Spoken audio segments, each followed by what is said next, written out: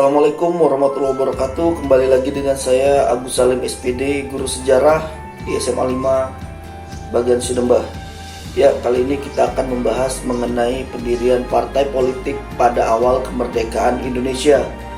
Ini merupakan materi sejarah Indonesia untuk kelas 11. Pembentukan berbagai partai politik di sidang PPKI pada tanggal 22 Agustus 1945 juga memutuskan adanya pembentukan Partai Politik Nasional yang kemudian terbentuk PNI atau Partai Nasional Indonesia. Partai ini diharapkan sebagai wadah persatuan pembinaan politik bagi rakyat Indonesia.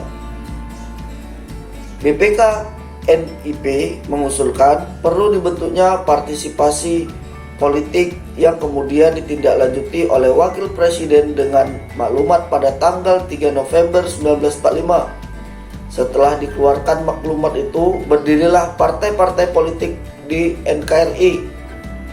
Beberapa partai politik yang kemudian terbentuk misalnya Masyumi, yaitu Majelis Syuro Muslimin Indonesia yang berdiri tanggal 7 November 1945 dipimpin oleh Dr. Sukiman Wiryo Sanjoyo. Kemudian ada PKI atau Partai Komunis Indonesia yang berdiri pada 7 November 1945 yang dipimpin oleh Mr. Muhammad Yusuf.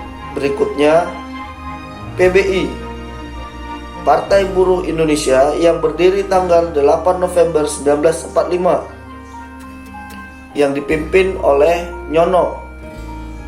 Kemudian Partai Rakyat Jelata berdiri tanggal 8 November 1945 dipimpin oleh Sultan Dewanis.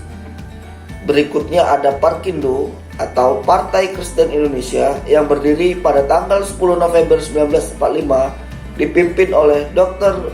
Prabowo Winoto.